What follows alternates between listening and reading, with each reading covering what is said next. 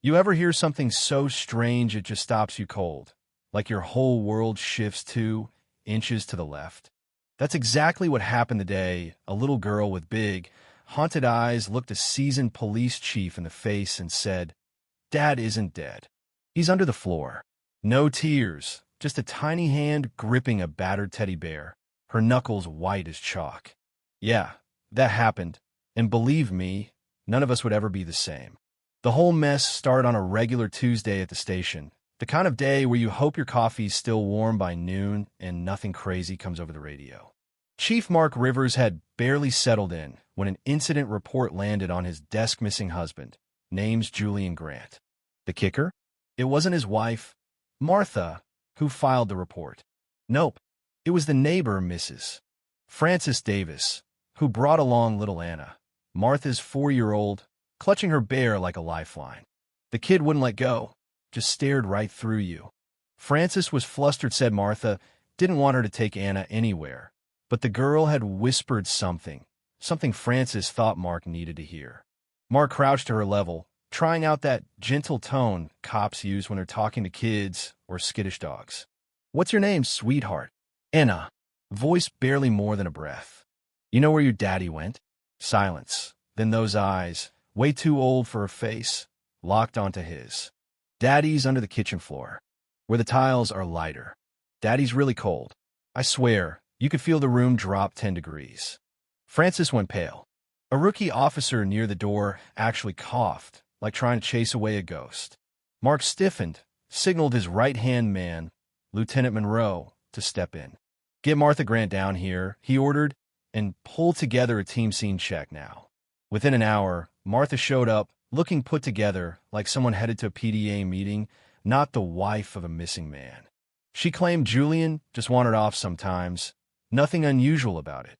And when Monroe brought up a neighbor's security footage showing Martha hauling Anna out at 3 a.m.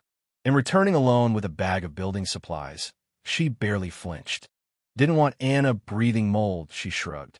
"I was fixing the floor. No receipts. No contractors. A little girl who says her dad is under the new tiles." Mark didn't have a good feeling. They pressed harder about an argument neighbors heard, about the hurried home repair. Martha's answers got sharp, then defensive. She threw out accusations. "You ever live with someone who hits you?" But she couldn't back it up. No hospital records, no calls for help, nothing but her word and those cold, empty eyes. That night, a search warrant came through. The next morning, forensics descended on the little house at the end of Maplewood Street. The air was thick with dread. Lisa Parker, the lead forensic tech, tapped the floor where the tiles didn't quite match. Cement still damp. The drill whined.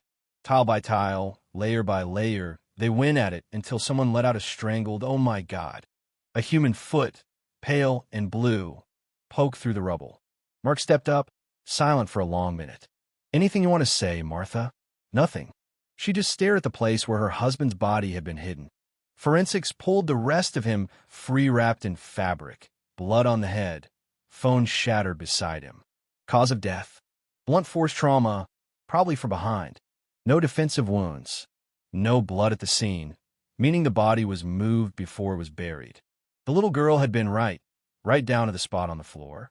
They arrested Martha on the spot. "You have the right to remain silent," Monroe read.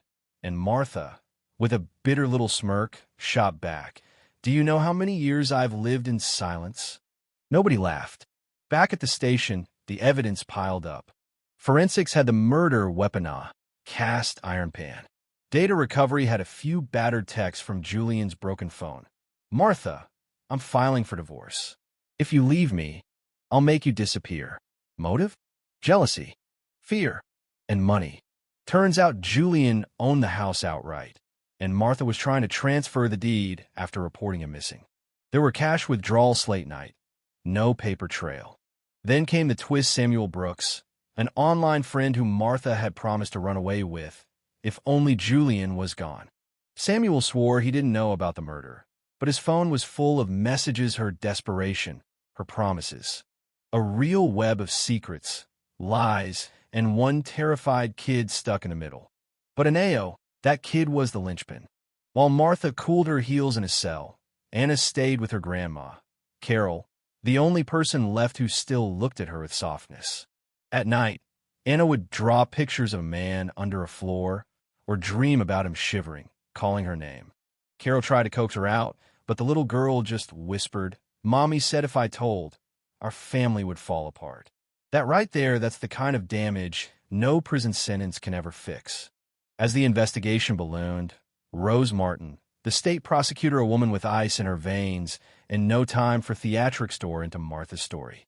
Financial records, secret messages, the timeline, Anna's own words and drawings, which matched every forensic finding, right down to the clock on Julian's shattered watch, stopped at 2:42 and the same hour Martha was caught on camera sneaking in and out.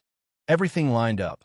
Murder, cover-up, and worst of all, turning a child into an accomplice through silence and fear. The trial was brutal. Reporters camped outside the courthouse. Inside, Martha's defense tried to paint her as a desperate, battered woman, but the evidence was relentless. The video from Julian's phone, just 38 seconds, caught Martha, cast iron pan in hand, coming up behind him as he tried to leave. It cut out just before the blow. The rest played out in blood and cement. Anna's drawings were displayed in court. Her psychologist, Dr. Lucy Bennett, explained how the girl wasn't afraid of monsters under the bed. Her monsters were real, and they'd lived in the house with her. The judge, old John Harris, looked down from the bench and said, "Sometimes the smallest voice holds the biggest truth." In the end, Martha had no defense left.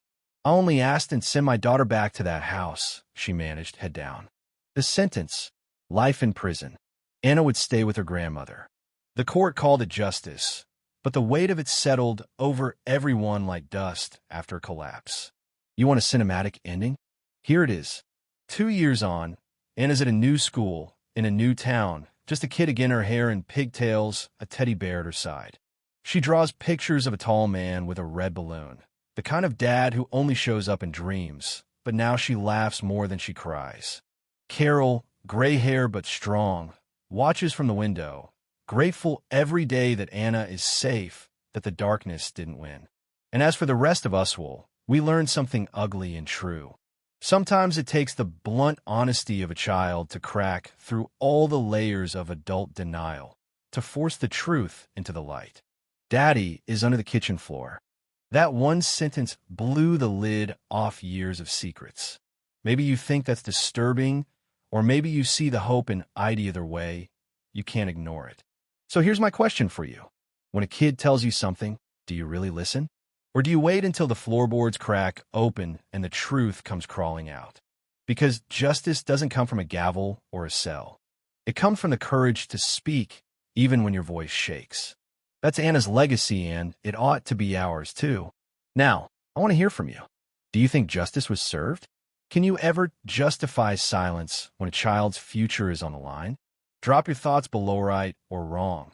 Let's talk about what we owe each other when the truth finally demands to be heard.